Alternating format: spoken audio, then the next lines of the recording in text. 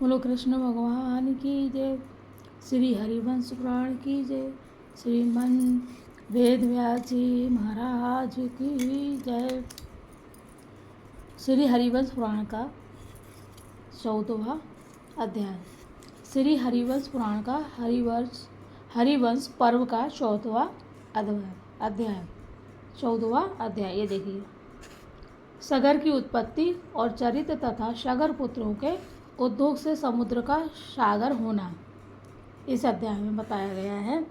जन्मेजय ने कहा, तपोधन, वे राजा सगर विश्व के साथ क्यों उत्पन्न हुए थे?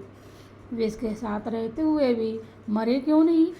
और मर्यादा से च्युत न होने वाले उन नरेश ने क्रोध में भरकर महाबली सक आदि क्षत्रियों के कुलोचित धर्म को क्यों नहीं नष्ट कर दिया था? इसका आप मुझसे विस्तार पूर्वक वर्णन कीजिए। वैशंपायन जी बोले, राजन, राजा बाहु शिकार और जुए आदि व्यसनों में ही पड़ा रहता था। तात इस अवसर से लाभ उठाकर बाहु के राज्य को है तालजंग तथा शकों ने छीन लिया। यवन, पारद, कंबोज, खस, पहलव, इन 5 गढ़ों ने भी है राजाओं के लिए पराक्रम किया था। राज्य के छिन जाने पर राजा बाहु वन को चला गया और उसकी पत्नी भी उसके पीछे पीछे गई। उसके बाद उस राजा ने दुखी होकर वन में ही अपने प्राणों को त्याग दिया। उसकी पत्नी यदुवंश की कन्या थी। वह गर्भवती थी, तब भी बाहु के पीछे पीछे वन में गई थी।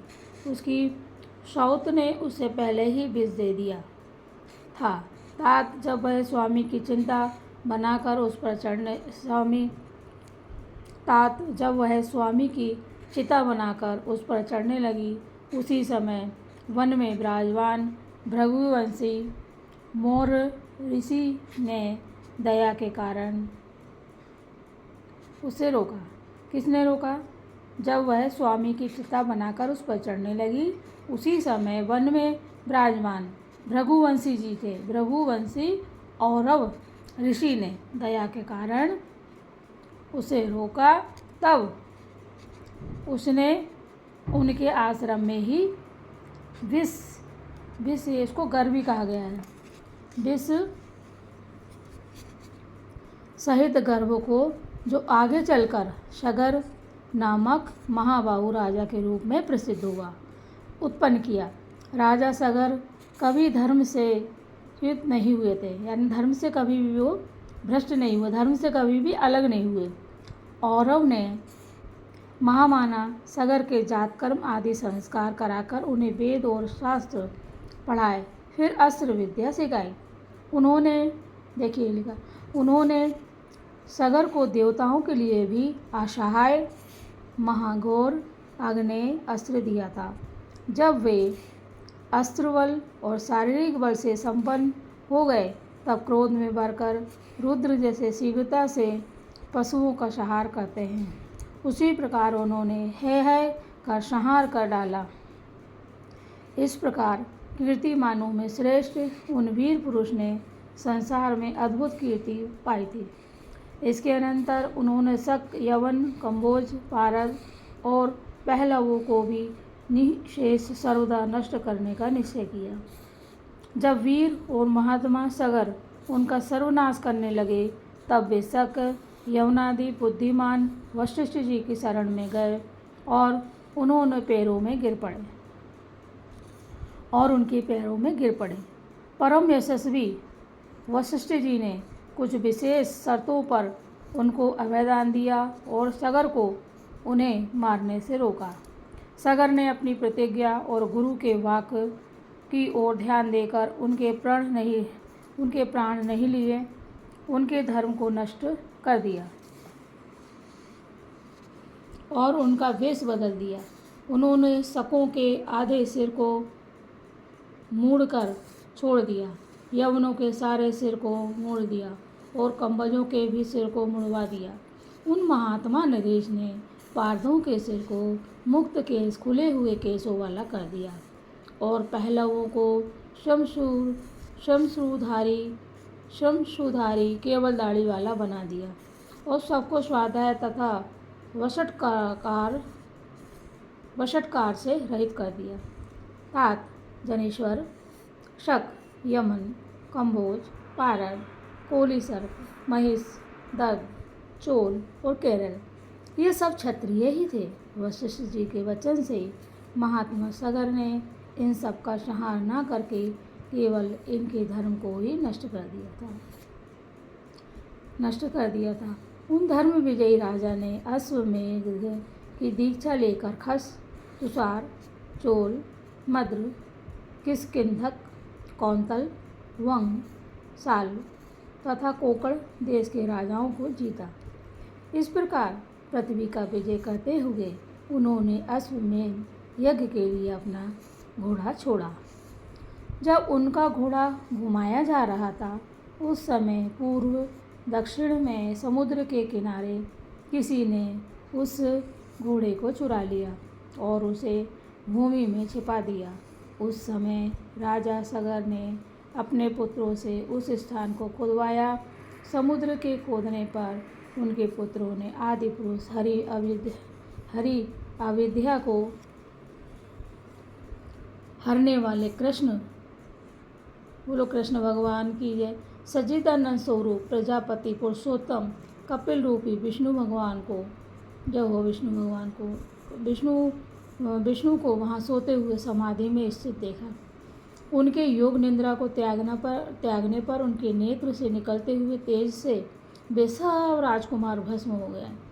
महाराज केवल बहिर्केतु सुकेतु राजा धर्मरथ और वंश को चलाने वाला शूर पंचजन ये 4 राजकुमार ही जीवित बच सके थे।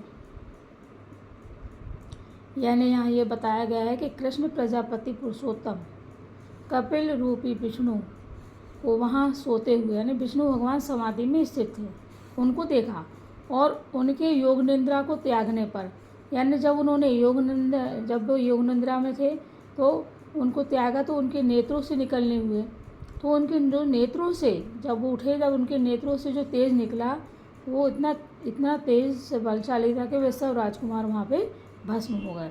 अब उसमें बचा कौन था? उसमें बचे थे महाराज केवल बहिर्केतु सुकेतु राजा धर्मरथ और वंश को चलाने वाला शूर पंचजन।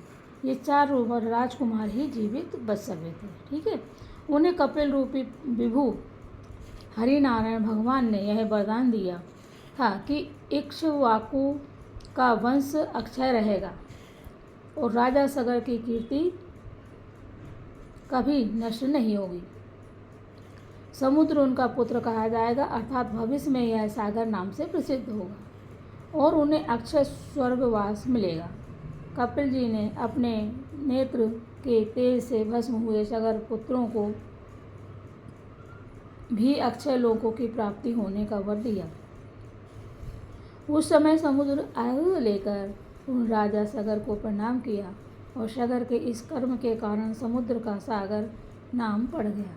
देखो सागर का नाम सागर क्यों पड़ा? उस समय समुद्र ने अर्घ देकर उन राजा सगर को प्रणाम किया और सगर के इस कर्म के कारण ही समुद्र का सागर नाम पड़ गया। उन्होंने अश्वमेध यज्ञ के घोड़ों को भी समुद्र से प्राप्त किया। इस तरह उन्हीं महायशस्वी राजा ने 100 अश्वमेध यज्ञ किए थे, ऐसा सुना जाता है। इन महाराज के पुत्रों की संख्या 60,000 थी। इस प्रकार से 14वें अध्याय में 30 श्लोक थे, ये पूर्ण हुए। इस प्रकार श्री महाभारत खिलवागे हरिवंश के अंतर्गत हरिवंश पर्व में सगर की उत्पत्ति का वर्णन विषयक 14वां अध्याय पूरा हुआ। बोलो कृष्ण कन्हैया लाल की जय। बोलो महर्षि वेद व्यास जी की जय हो। हरिवंश पुराण की जय हो। श्री हरि की जय हो। श्री कृष्ण गोविंद हरे मुरारी, हे नाथ नारायण वासुदेवा। श्री कृष्ण गोविंद हरे मुरारी, हे नाथ नारायण वासुदेवा। ओम देवकी सुत गोविंद वासुदेव जगतपति देहि मे तन्यम कृष्ण त्वामहे शरणम गता। हे कृष्ण भगवान, आपसे हाथ जोड़ के निवेदन है, जिनके यहाँ संतान नहीं हो उन्हें संतान देना, जिनके यहाँ संतान होने वाली है उन्हें श्रेष्ठ संतान देना, सभी की गोद भरना, सभी की मनोकामनाओं को पूर्ण करना, सभी के बच्चे स्वस्थ हों, प्रसन्न हों, अच्छे से पढ़ाई लिखाई करें, उनकी संपूर्ण इच्छाएं पूरी हो। हरिवंश पुराण को पढ़ने वाले, सुनाने वाले, सुनने वाले और गर्भवती स्त्रियों को हरिवंश पुराण का दान करने वाले, मंदिरों में दान करने वाले सभी को, और श्रीमन महर्षि वेदव्यास जी को बार बार प्रणाम है। उन्होंने इस हरिवंश पुराण की रचना की है। श्री गीता प्रेस गोरखपुर के द्वारा प्रकाशित इस पुस्तक को खरीदें और उन्हें ऐसे लोगों को दान दें। ये किसी प्रकार का कोई इसमें परेशानी की बात नहीं है। विद्या का दान करने से माँ सरस्वती भी प्रसन्न होती हैं और हम